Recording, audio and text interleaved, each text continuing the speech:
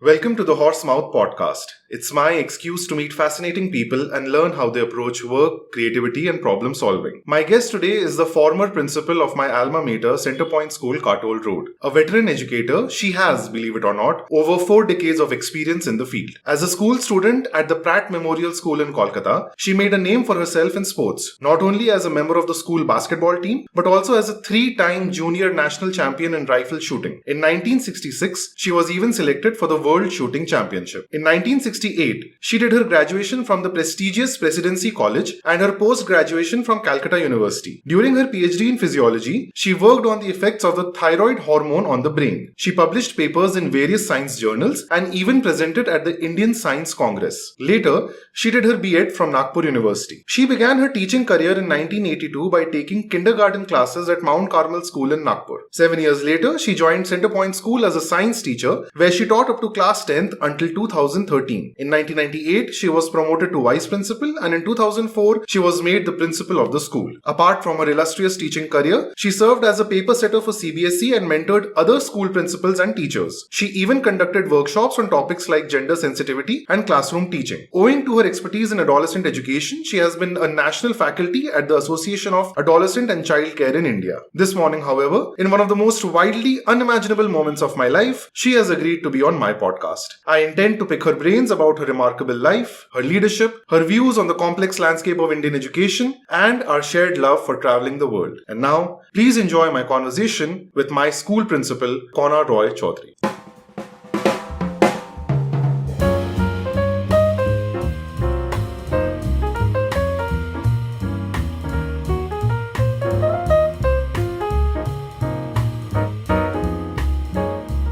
Every student, I think, ends up having a very different relationship with their principal. Absolutely. I think the emotions that prevail range from happiness, adoration, admiration, to even fear and terror in certain cases. Yes. Ma'am, I wanted to ask you, back in Pratt Memorial School in Kolkata, and this must be in the late 50s, early 60s. Early 60s. Early 60s. What was your relationship with your principal? See, our principal was a very friendly person who used to stay with her family in the school building itself. Okay. There was a section where the teachers and the principal used to stay. So with your family meaning? With the school family, means the teacher's family. Okay. And we were pretty close to her. Like, we could go to her. We went to the extent of, we didn't like a particular teacher. I'm very ashamed to say this.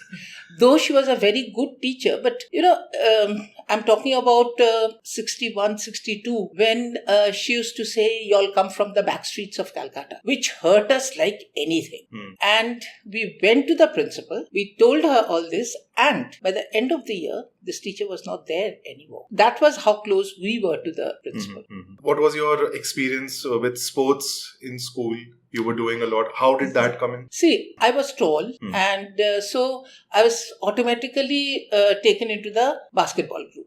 And I used to play basketball. We used to play another game which was not, I don't remember the name, but we used to play that also. But it was basketball. But later on, when I started with rifle shooting, my uncle had translated a book from English to Bengali, which was to do with rifle shooting. And he was a member of the Central Calcutta Rifle Club. Oh. And he wanted my elder sister also to join, but at that time she was detected with some eye problem. So I was automatically the next choice. And I joined. It was like going every Sunday, and I used to enjoy that. Going on Sundays, practicing. All of a sudden, I don't know what they found in me. I was in class 8 at that time, if I'm not mistaken. Our coach came and said, you order we had to wear a special kind of a coat and shoes. You order. I said, why? He said, you just order. And then started my intense coaching. I was not told anything. One fine Sunday, it was only on Sundays, not on any other days. This coach of ours told me, you'll be going to join a All India match. I said, All India match? Where? He said, in Calcutta only. It was not Kolkata at that time. It was Calcutta. So I went, and it so happened my sister was appearing for her, I think, graduation examination or some such thing. So my father was busy taking her for the, leaving her at the exam hall and all that. So a cousin of mine said, I'll go. So the two of us, we were pretty, close. So the two of us went. I was not scared. I was not worried because I didn't know what I was expecting. So I entered this competition, and at the end of I was told to wait. After the match was over, I was told to wait. So I waited around 4 o'clock in the evening. Somebody came and told me that come back in the evening for a prize distribution. I thought to myself, why should I come for the prize distribution? Again, I've got to catch hold of somebody. Anyway, I came back. Oh, they said you have won a prize. So I said, fine. My parents came with me and my sister said, are you absolutely sure you have been told to go? I said, yes, that's what I understood. Anyway, I went and my name was called out as the winner. And that sort of gave me the interest. For the next 2 years, I really practiced. And then... Other than Sundays? Whenever there were any competitions other than Sundays, and because there were local ones. And then 64, I entered the nationals, which was in Delhi. I became the junior champion.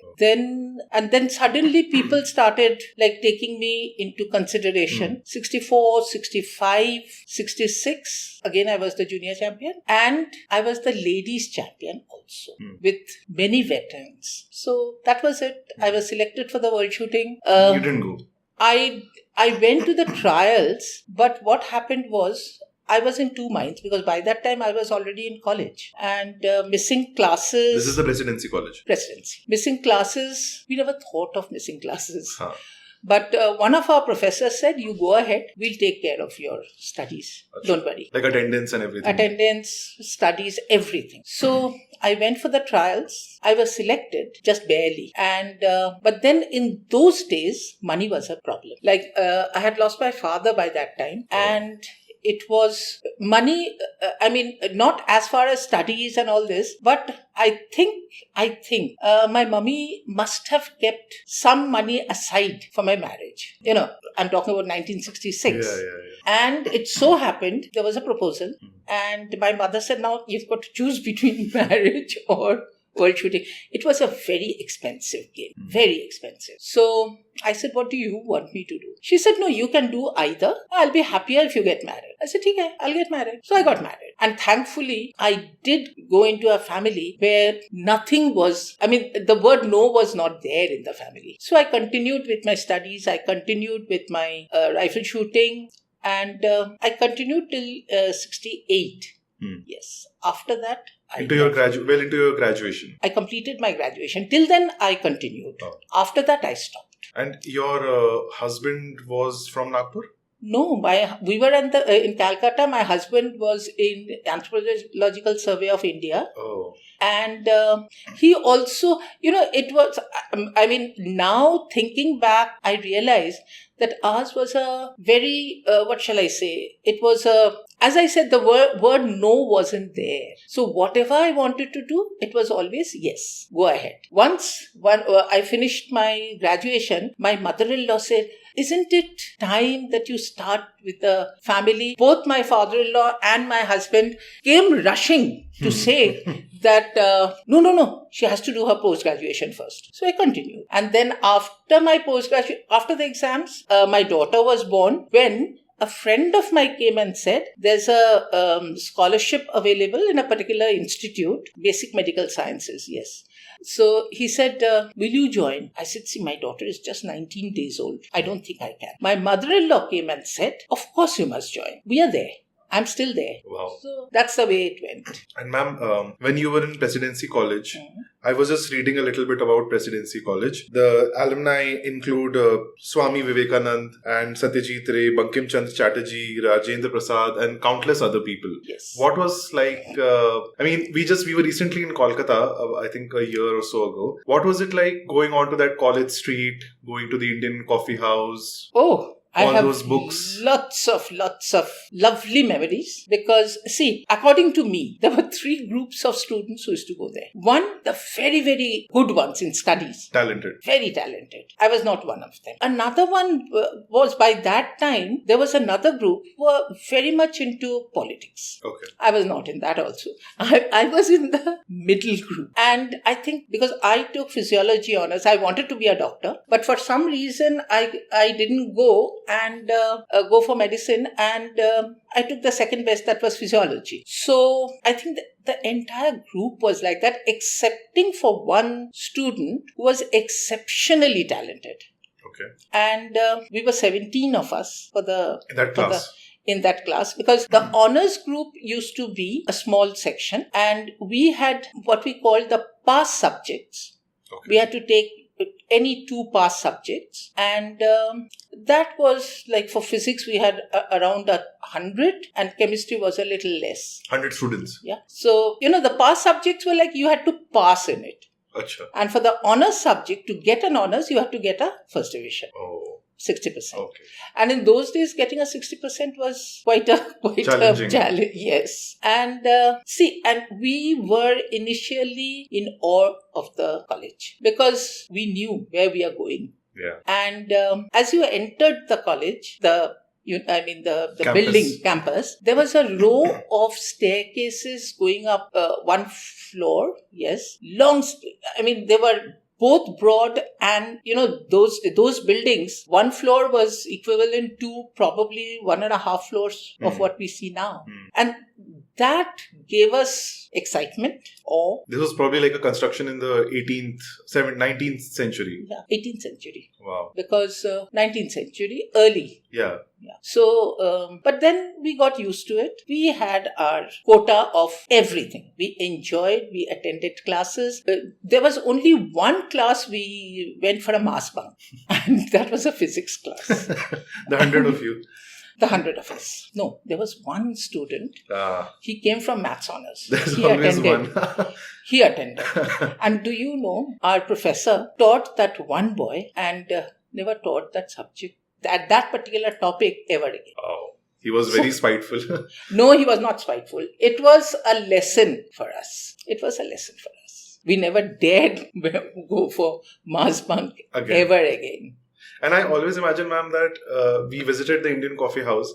I always imagine that there must be some intellectual debate or conversations that must be... There was not... I don't know whether there were debates or not. The first floor, it was a huge hall at that time. Yes. It was a huge hall and we could see, actors, writers, all sorts of people always sitting on the first floor, that hall, and discussing. There always used to be discussions going on and even arguments. Like just these people holding court in the sense. Absolutely.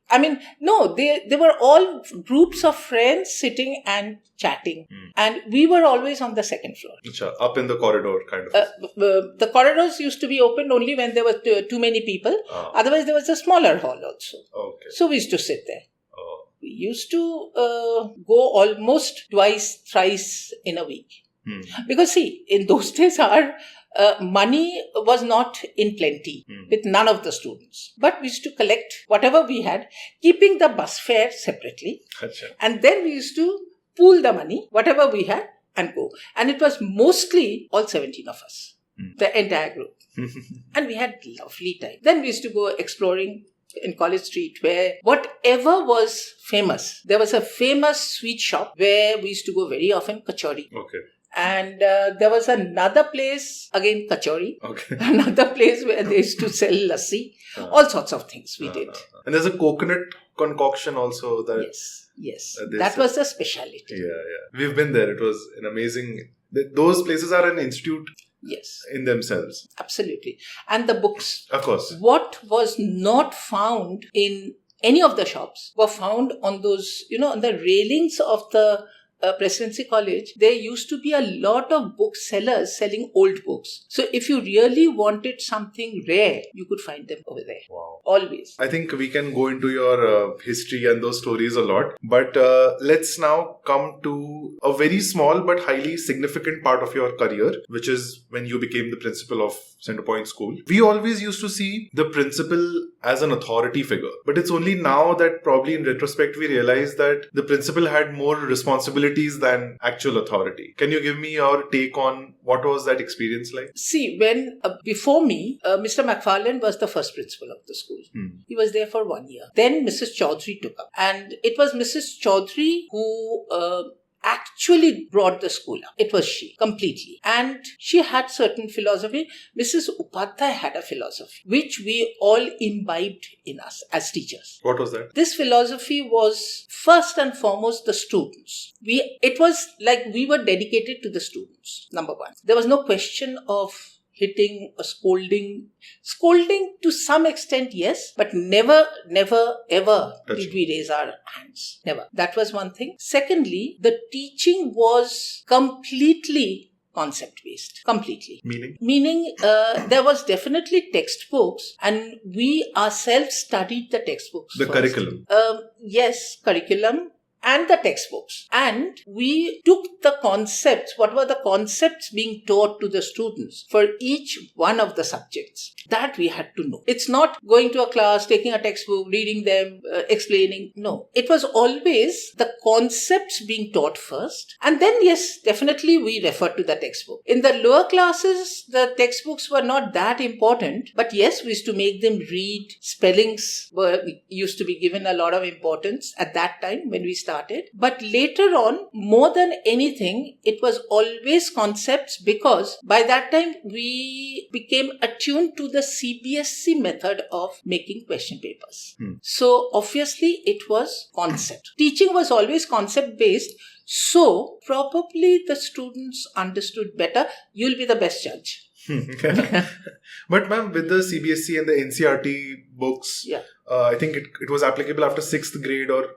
we started using the NCERT books for science from 6th upwards. Later on, it was 8th upwards, science and maths. The other subjects, they could use any other book. So for the lower classes, you enjoyed more autonomy in what you could...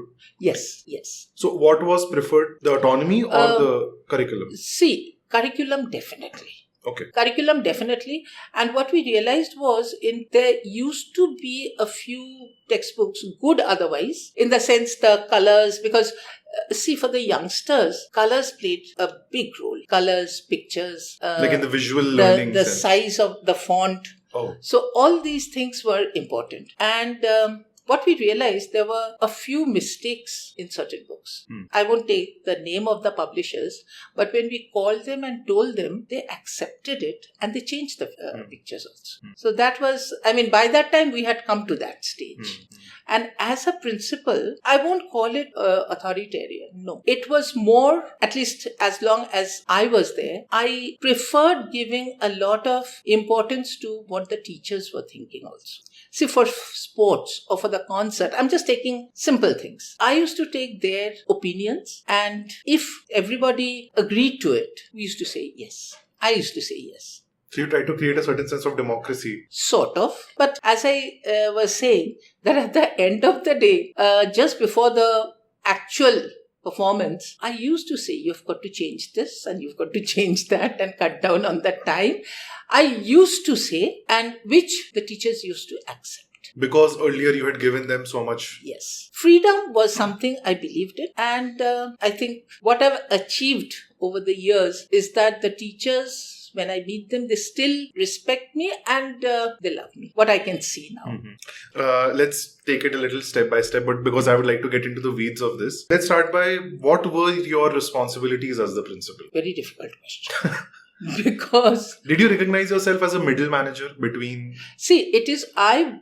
a principal is always the go-between the management and the teachers. Teachers and the staff. So I tried to do that as best as I could. That was one thing. There were times when I had to speak to the teachers also, because see, teachers, not everybody, but there were teachers who liked more freedom than what they were getting. Okay. So, yes, one or two of them, I had to speak to them. Speak to them, encouraging them, or No. cutting them? Cutting. We had to do it. And they didn't mind, because see, my philosophy was, whoever I was talking to, if I was trying to say no to a certain thing, give them the reason. I did it with the students also. Meeting parents was another thing. And see, for us, though we were sitting across the table, but parents always were, their children we were dealing with. So parents, teachers, principal, we were on the same page. Really? That was very, very important. We had to be on the same page. And there were times when I had to, call a group of students, scold them. Parents never said anything, which I think that days are changing now. A lot of changes have come over. That's what I get to hear. You mean to say that parents are now taking more the side of their kids than... Yes, that's what I get to hear. Mm-hmm. But I never faced it. Never. So there were never any situations where, I always imagine that as a principal, you must be being pulled in every direction with the interests of the teachers, the staff, the parents, students. I didn't feel it at all. You didn't feel like that? No, not at all. Not at all. Because as I said, the director's philosophy was our philosophy. That was the main thing. We believed in what Mrs. Upadhyay used to say. And so there was no tussle between the management and the principal. And not even between the principal and the parents. Teachers. Or the parents. Parents were generally happy with the way we were dealing with the students. I remember calling parents. Of course, this was done by Mrs. Chaudhary, but a student was there whose father was quite well known. And Mrs. Chaudhary called him and said, see, you go for long walks in the morning. Make your son run with you, because this particular boy was very lazy. She went to the extent of even scolding the parent, but nobody minded. Nobody. At our times, yes, that was an advantage. One thing I didn't have to think about was the money part of it, because as far as the yearly budget, the spending or buying anything was concerned, all that we had to do was talk to the director. You had a free hand in the sense. Oh, yes. A free hand means we only had to tell the director we require this. Either she said yes or no. If she said no, sometimes yes, we used to accept it. But sometimes when we knew that Mrs. Upadhyay will not sanction this, Mr. Upadhyay was always there to support us. So, we got what we required. Definitely. So, that was one thing. And when you received the budget, yeah. We never received the budget at all. But okay, so what were the funds? We never bothered about the funds. So then what were your priorities with the school? Number one is teaching. So all funds should go to the teaching tools. Whatever we require. Teaching tools, take them out for various, visits, picnics. In fact, from 2000, we were taking students out for international tours also. With the first group I went, but teachers always used to go with them, and it was fun for 3-4 years. It was fun, but then slowly the parents also didn't want the students to go abroad, so we stopped it. So visits and teaching tools and ICT or whatever. And then what was the second priority in terms of budget for the school? See, as I'm saying, I never bothered about the budget. None of the principals did at our times. Everything you wanted, whatever we required, we only had to tell the director. Or first of all, we used to go to the accounts office and tell the accountant, this is what we require. Take for instance, when I started teaching, when the students were in class 6, 7, I said I wanted a lab. Class 6, I said I wanted a lab, a science lab. So, okay, I made a list. I was also new to this. So, I visited a few labs in the city. KV was one of them. Other schools also. And I made a list and I gave it to the accountant. He must have got it passed. And we got a lab. It was like that. Then we said, slowly, when the students came to class 8, I said we needed a separate physics, chemistry, biology lab. We got small ones. Later, when we started with the senior secondary, then we got proper 3 labs made. And of course, the ICT also. And ma'am, when you were hiring teachers, what was the mindset that you were looking at for a potential teacher to come into Centrepoint? Number one, how they would be dealing with the students. Number two, what was their basic knowledge about the subject. This is at the conceptual level. Absolutely. So qualification mattered? Qualification did matter, but qualification was not the only thing. How good the teachers could explain the concepts to the students. Were there... it was... for each subject, I used to have some fixed questions, very basic. And I personally always asked those questions. And if they could answer, fine. And then, of course, they had to take a demo class. Achha. Both were there. So questions were based on every subject? Depending on which subject the teacher is applying for. And we had our HODs. So I used to always take them with me during the interviews. When you became the principal for the first time, Supriya ma'am passed on the baton to you. Were there any initial teething issues that you suffered? Well, I was very scared because I had told Mrs. Upadhyay, when she told me, I said, ma'am, it's going to be very difficult for me to get into Mrs. Chaudhary's shoes. She said, I don't want you to get into her shoes. I want you to wear the shoes and come, your shoes. I understood that. But yes, there was a time where a very senior teacher, for some reason, the management gave her the class,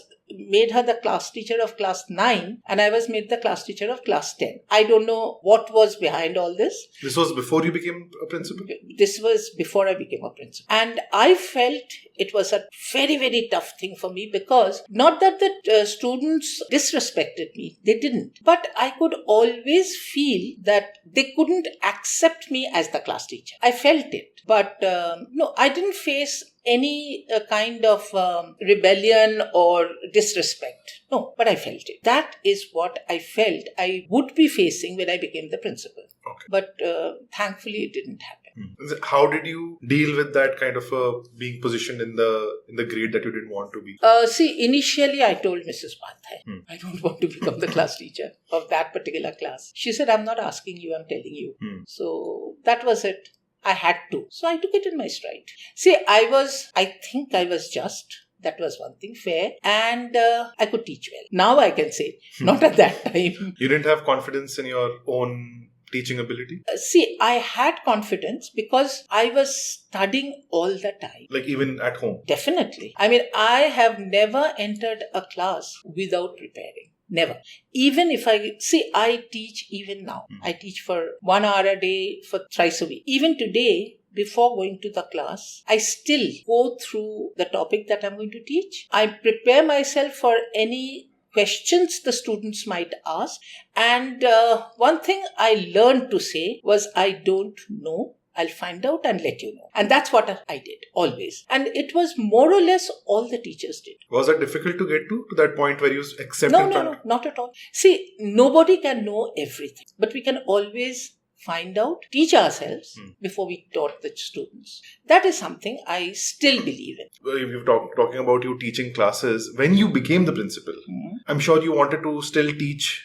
I always did. Were you getting constantly pulled away from the classes for your man? No, because those days I used to, me and my vice principal Shilpi ma'am, we used to sit together to make the timetable. And by that time, the short break used to be after the second period. Second period. Yes. After the second period, there was a short break followed by the assembly. And I always took that class, which was immediately after the assembly. So that straight from the assembly, I used to go to the class. Okay. There was no question of meeting anybody. So I never missed my class. It was very, very rarely that, because we had an afternoon class also. Like for every subject, we had a 7th period. We used to take 6 periods in the week. 6 days and I think a 7th period.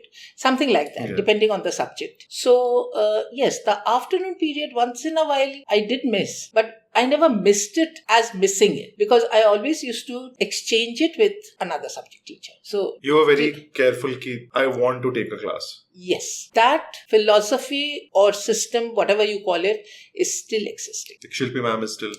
When she used to take regular classes, yes. She also never missed. When you became the principal, you obviously aligned yourself with the values of Upadhyay ma'am and Chaudhary ma'am. Yes. But were there any words of wisdom that were given to you by Chaudhary ma'am that you remember? She never did anything. Nobody said anything. I think I must have learned from everyone along the way because I started teaching from class 3. And when I became the principal, I was already teaching class 10. I was taking 2 sections of class 10 as vice principal. So I did get enough time to understand what was expected of me. When Shilpi ma'am took over, did you tell her anything? No, because she has been my vice principal from 2005. So it was the same. I think it was the same. I think we learned as we grew. I read somewhere that you have very strong analytical, logical and counselling skills. Oh. Something it was mentioned in one of the websites that I was researching on. Okay. What were your weaknesses, your shortcomings? I think one was initially I was not very confident when it came to public speaking. Oh really? Yes. It never seemed like that. No, some of my teachers used to say, Kanadi, you were saying, So I said, yes, don't do it. Yes, my teachers came and said this. And I accepted it. And over the years, you become used to it. And another thing was, I could never put myself in a position where I would be leading. I don't think I was a leader ever. But I could become a leader because I could take people with me. I could convince them. Like in that sense, you thought of yourself as a leader? Yes. Did that help you in getting the teachers to align with the overall vision of the school as well? Yeah. You could convince them? That I could. Because see, the teachers also believed in the same philosophy as Mrs. Upadhyay did. And if they didn't? They didn't last long. Oh. So you were very clear in that sense that... Oh, yes. Because see, as I said from the very beginning, Mrs. Upadhyay's philosophy, as she used to call the DNA of the school, was ours also. And that almost yearly, towards the end, when the schools with 3 schools and number of teachers it was a huge number. She used to take yearly meetings saying that this is the DNA of the school, don't forget. So. And ma'am, now let's talk about the ingredients of the ideal student feedback. When you were giving or counseling a student or talking to them, it could be in the form of a report card or it could be a conversation with the student. What kind of holistic feedback, what were the ingredients of that holistic feedback? What aspects you wanted to cover? See, number one, each class teacher, because we had smaller classes, so each class teachers knew the students very well. And feedback was definitely from the students themselves, from the teachers, the class teachers, as well as the subject teachers. And of course, I think our common sense also played a role. In your conversation with the students, what kind of relationship did you want to build with them? How did you want them to see you? See, again, my door was always open. The students didn't have to take permission to come in. And so they used to come in with their problems. We used to call them if there were, altercations between the students or if any of the teachers complained about them. I always called them to my office and we used to have a very open talk. And like one of the students once said, after they had passed out of the school, they said, ma'am, this girl particularly, she said, ma'am, do you remember the day you marched into our class and scolded us because the students were drinking beer? I said, yes, I do remember. And I knew it was not beer. She said, ma'am, it was only Jaljeera put in a beer bottle. And this teacher, actually we were teasing the teacher. Okay. That much common sense I had. I don't know what would happen if it is now. But at that time, I had the common sense. It couldn't be beer. That they were teasing that teacher. But I had to give them a scolding, which I did. And it worked.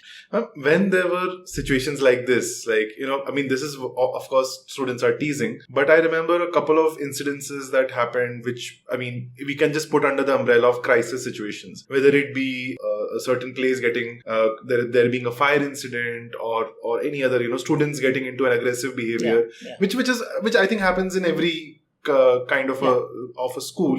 When these kind of situations happened, which were unexpected or which were a crisis situation, how did you deal with them? What was your internal state of mind? Were you cool and calm? That was one quality. I do call it a quality.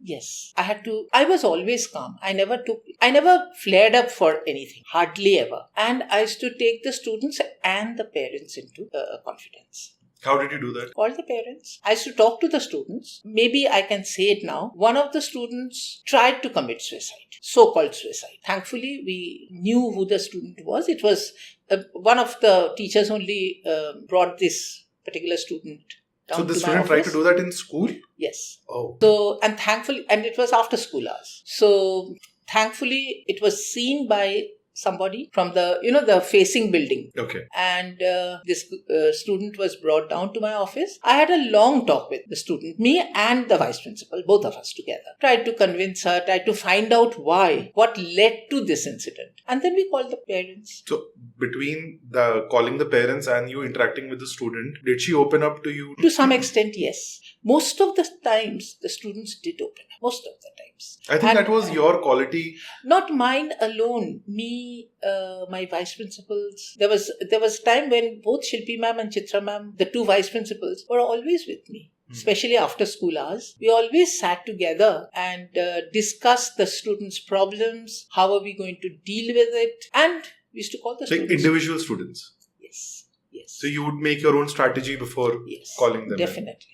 And then when you called the parents for this child, then what was their reaction? First part, we had to talk in front of the student. Later on, I kept the mother with me and the father was told to take the student, to go out. I spoke to the mother. So tried to find out why would she do this, number one, and what could have led to it and what she should do. And then we had our counselors also. At times, we had to call the counselor, take her into confidence also. Okay. Because problems were many.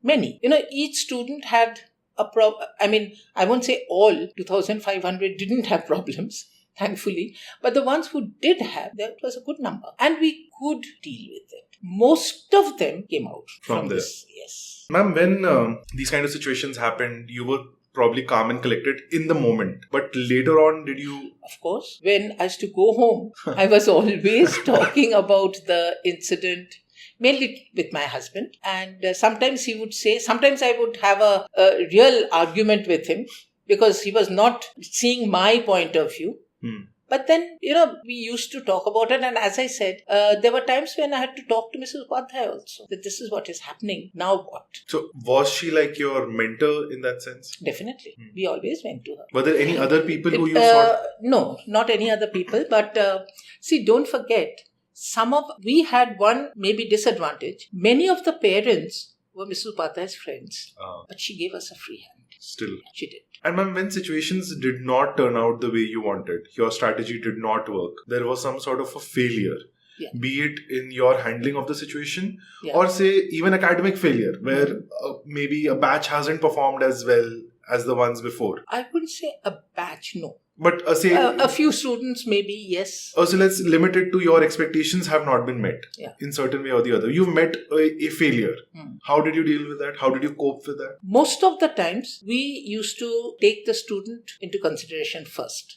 We used to counsel the child. Why did he or she did or did not do what they should have done? That was one thing. Sometimes we had to take the parents, we had to counsel them. Because, see, a lot of times it happened that the parents' unexpected, expectations from the students, it was sitting like a stone on their head. They kept their child at a pedestal that you have to achieve. Yes. And it was a terrible challenge for the student. I think this pressure would probably increase in the senior secondary classes. Yeah. And what about you personally? How did you deal with your failures? See, other than counseling, and of course, we used to take special classes also. I remember there was an incident where 3 students were caught bursting crackers when the class 1 students were going out. Going out means going home. From the school premises. Yes. And at a place where it could have been bad for them. So we called the students, gave them a good scolding and suspended them. But suspension was not sitting at home because they were all class 10 students.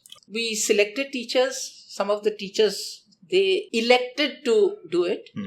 They used to be brought by their parents, handed over to my office. From there, we would take them to a class. They had to stay in the class throughout the day. not going out. That was a punishment. No break. Break was there, but they were not allowed to leave the class. Okay. There would be a maid sitting outside. If they wanted anything from the canteen, the maid would go and get it. Okay. But they would, and we ourselves took turns to teach them. Oh. We can never forget it. It was a punishment for us. In spite of everything, finally teaching them, taking their classes, and all the classes which were being taken by the teachers in the other sections, and then before the bell rang, they used to be taken by one of us and handed over to the parents. So you increased your own work. Huh? Yeah. But then it worked. It worked. Yes, it worked. That attention kind of got It through. worked. Finally, they were allowed to sit with the other students for the prelims. Not before that. Okay. That was from October. No, I think must have been November. November till end of January. Yes. 3 months we did this exercise. But now, later on, we used to laugh at ourselves. But that is what we thought. Because we found out the solution and told Mrs. Upadhyay, she said, go ahead. And we used to keep Mrs. Upadhyay in the loop always. There was not a single thing, because she herself took this interest in the schools. Whatever happened on a daily basis, we used to inform her. But from what you're describing, Upadhyay ma'am doesn't seem to come off as a very commercial person. She seems No, not at all. Not at that time. After that, what happened, I don't know. But at that time, no. For her, the school was her baby. Of course. Okay, this is a question that my sister wanted to ask, which was, so she's also a teacher, by the way. Okay. I don't know if that came across. She's also a teacher. She runs a pre-primary school in Seminary Hills. Oh, so that's very nice. So she has a staff about, I think, it's a small thing. So we have about a staff of 8 or 10 teachers right now. And she keeps telling me that they keep getting bombarded with these different workshops, these different conferences and competitions. And people say that, the registration is free. Sometimes it is very expensive. Sometimes it is, it is open door. So what kind of courses or topics must every teacher for sure mandatorily know, which are probably not part of the curriculum, or the courses or workshops they need to attend? See, from CBSE's point of view, gender sensitivity was very, very important, which we realized. I have taken a lot of workshops for gender sensitivity, and what I realized was this thing was lacking in many of our teachers, especially the male teachers. It was there. And yes, classroom teaching was very important. So in terms of, when you say classroom teaching, do you mean the pedagogy or the etiquette? Everything. Classroom teaching is important, and knowing the concepts is also, your teaching itself has to improve. Because see, when teachers, especially the teachers who come to teach for the first time, they are not used to a lot of things. They feel like, ठीक है, pre-primary है ना, हो जाएगा, ABCD तो पढ़ाना है. It's not teaching them ABCD. It is teaching them why A. Why do we have to start with A? Or why don't we have to start with A? Now it's all changed. We never start with a A. Now it's phonics. Of course. Yeah. But all that the teachers have to learn. We learned. Teachers have to learn. So these workshops are necessary. But yes, CBSE now requires, they've made it mandatory, I think 2 workshops or 3 workshops in 2 months or something like that. I'm not very sure of it. But, it has become more paperwork than anything because else. I wanted to understand that, see, on paper, you showing that, okay, our teachers have gone underground training. But in reality, what are some of the things that really affect or actually make a change? Are competitions better than workshops? No, certain workshops are required. Like gender sensitivity? Not only that, even adolescents' problems.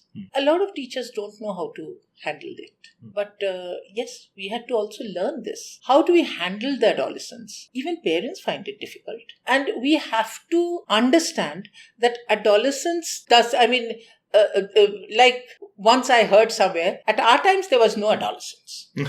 Yeah, that's what, because when we were going through that phase, I don't think our parents were aware of this also. And especially when we were 2 or 3 siblings growing up together, we solved all our problems. But now with a single child or with 2 children with a long gap in between, yes, this is a major problem that teachers have to learn. Now that we have started talking about adolescent education, so I wanted to start off by saying that for our school, another example is that a lot of parents are now coming in and saying that we have embraced the concept of multiple intelligences. My daughter, I know for sure, is a great musician or a YouTuber or makeup artist or whatever, the myriad of options. Yeah. Why should I burden her with mathematics? Why should I burden her with physics? See, parents still decide what the child is going to do. Still, thankfully, there are parents who are giving the students, their children, the possibility of looking at other careers also. Yeah. There was a time when I didn't have to face this much, but there was a time when I used to take work. I won't call them workshops, but I used to take meetings with the parents to convince them that engineering and medicine are not the only options. Yeah. And I used to give the example of Sanjeev Kapoor. That you can become a chef also and do well in life. So obviously parents did not accept it at that time. Now some of them, they do. And taking science is a must up to class 12. Why? I always used to say, why science? Why always science? Why not other subjects? What they prefer to do. And when students used to pass class 10, yes, up to class 10, knowing a little bit of all the subjects, I feel it is necessary. Because I'm going to interrupt you here because a classic example that a lot of people give is Sachin Tendulkar. Like you say Sanjeev Kapoor, but Sachin Tendulkar did not complete his formal education and got into cricket. But I feel like for every Sachin Tendulkar, there is also Kana Roy Chaudhary who was part of the formal education system, excelled in academics and also was selected for World Shooting Championship. I think our times were the stress was a little less. You didn't ever feel that your formal education system or your formal education stifled your growth in any way? Or did you feel it didn't. It catalyzed it in any way? I wouldn't say that. Also, because when I did my schooling, from class 9, we had to choose our stream. Okay. So I had to leave history, geography, one of the languages. I had to leave those 3. Which you were passionate about? At that time, I felt science was a better option. But later on, now I study a lot of history, geography. But at that time, we didn't get a chance. Okay, I went in for physics and chemistry as my optional subjects, along with physiology. Many of us don't have any regrets. But now I feel if we do all the subjects, and now, by the way, maths has been given an option of another easier maths. There are 2 maths. Oh. Yes. One is, I don't know what they call it. This is as per the new NEP? No, this has started about 3-4 years back. So, new NEP must be. 2020. Must be, 2020, yes. So there are 2 maths now.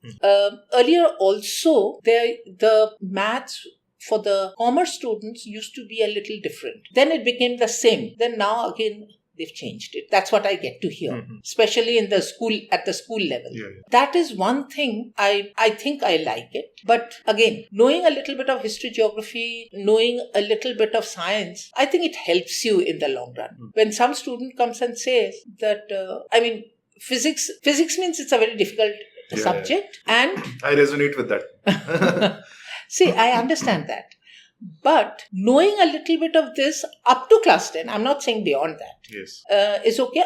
But students generally choose the subjects they are fond of, and they do much better in class 11, 12. And then they select their careers. So presenting a choice in the early days is not that... No, I don't think so. Because I'm talking from my point of view, because I felt not knowing history, geography the way I should have known up to class 10, I missed that.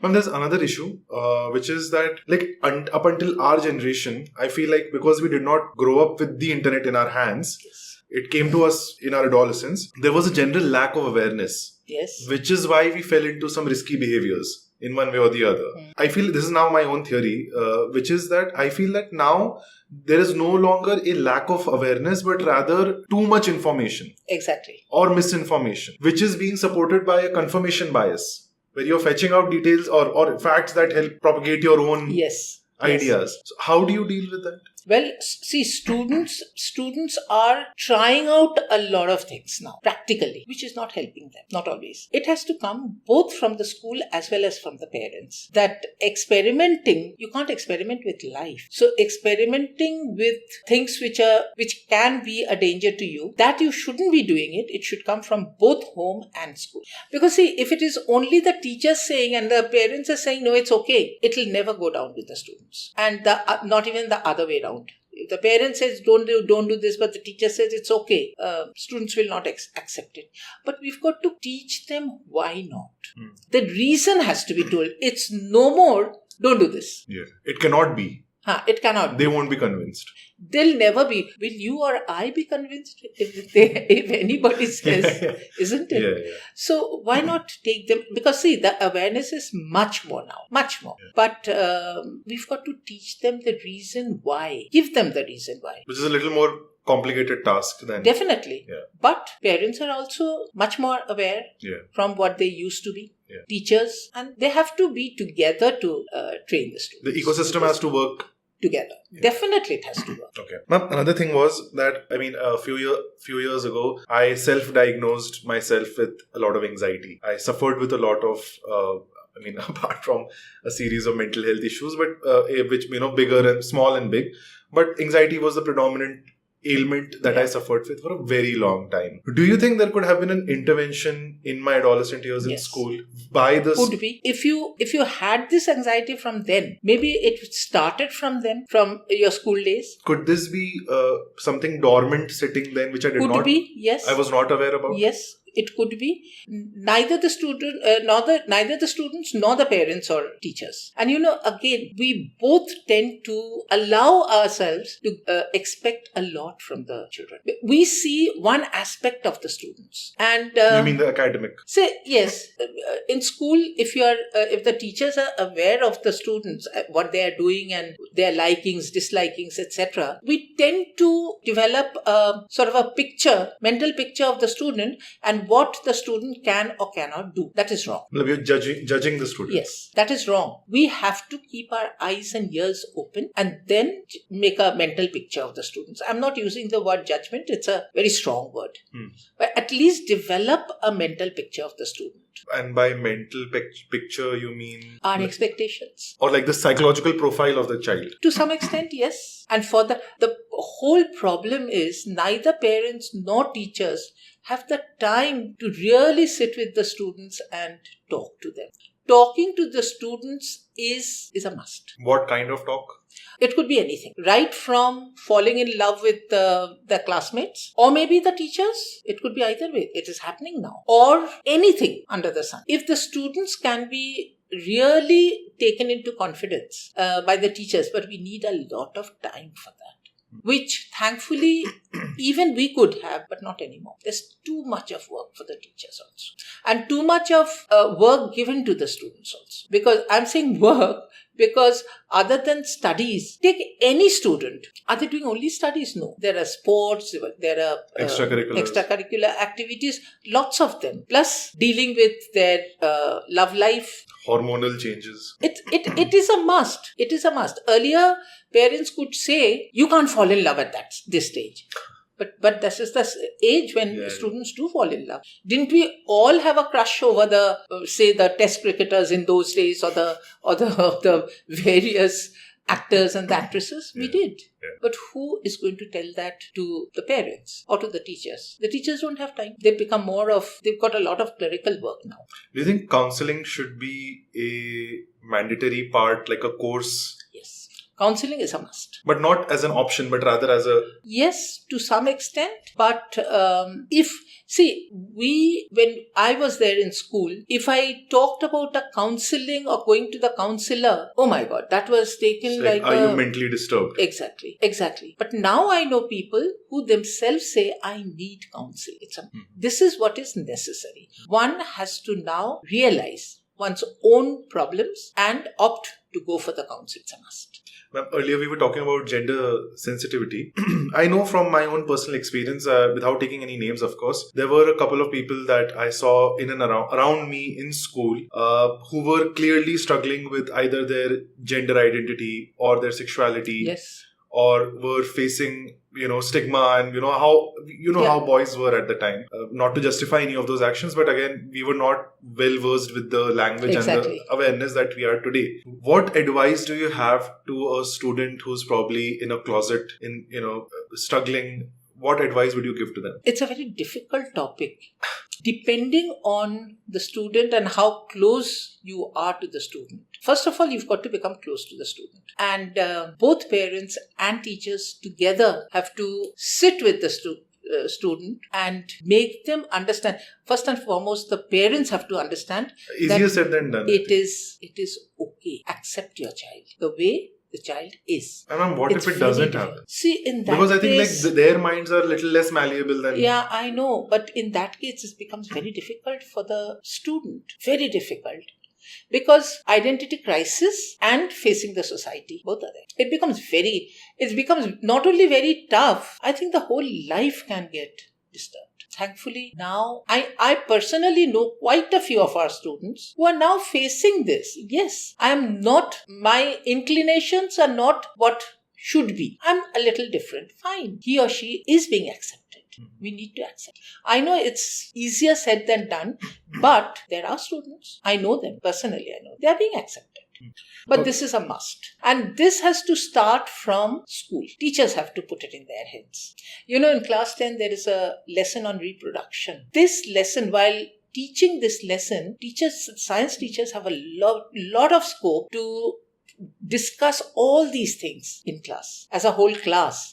And only if you can openly talk about it, then you'll get the students to come to you. I've seen this. And I think teachers will have to accept a certain level of embarrassment or a little sense of perhaps being asked uncomfortable questions. But I don't think it is embarrassment at all. I've faced a lot of questions, which is difficult to answer, but yes, I have been able to do it. I can say it very, very clearly. I can say that without any guilt feeling, that yes, I have dealt with this and I have encouraged the children to ask more and more questions. And you've never said, sorry, this is too uncomfortable? No, not at all.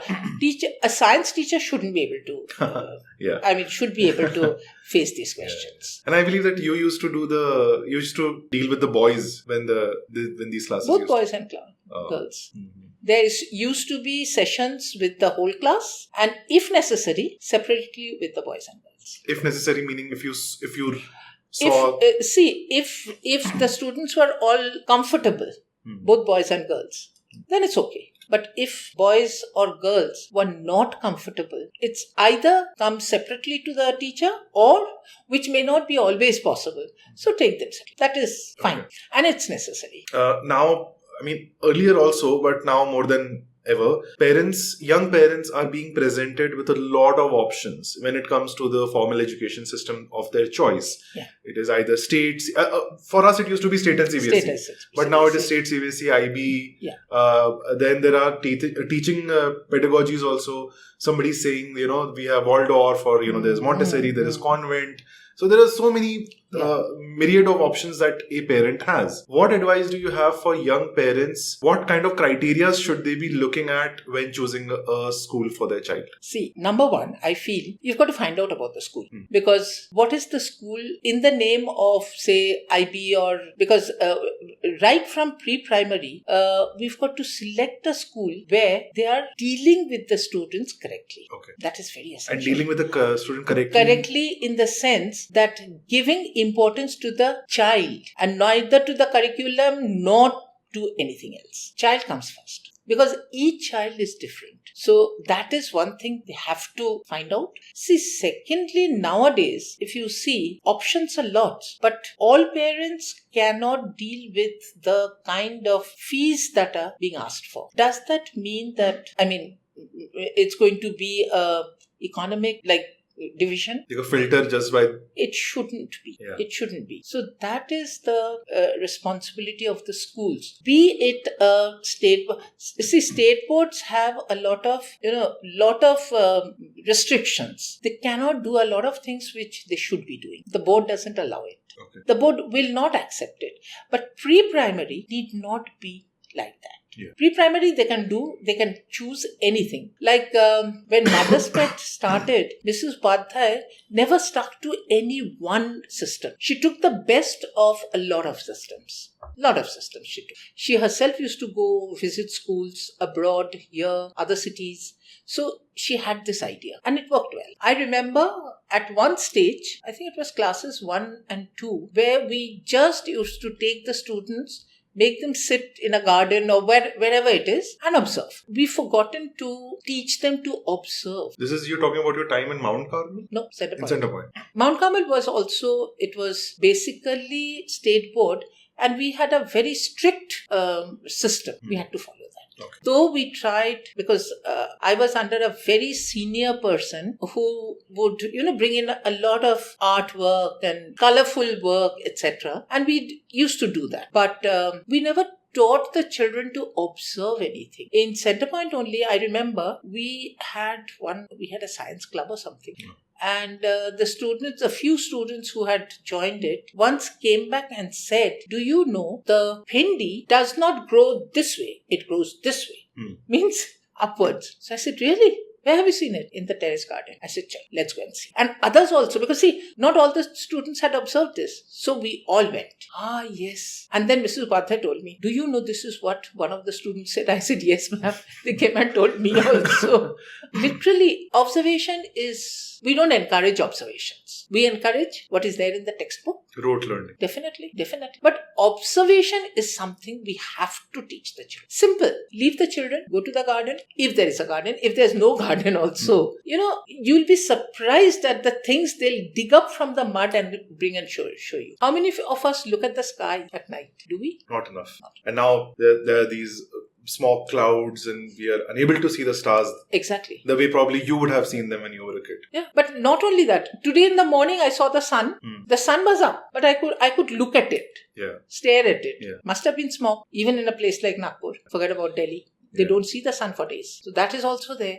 But still, I feel we should give them a chance to observe. I feel like now maybe this is happening a little more in the tier 1 cities than probably in Nagpur, but we are seeing that now parents are getting a little disenchanted by the entire education system, where we're talking about no schooling, unschooling. They are saying that homeschooling will make our child travel the world and he'll be a student of life. With these things now propagating, where do you see the future of education going? My God, it's a very difficult question you're asking me.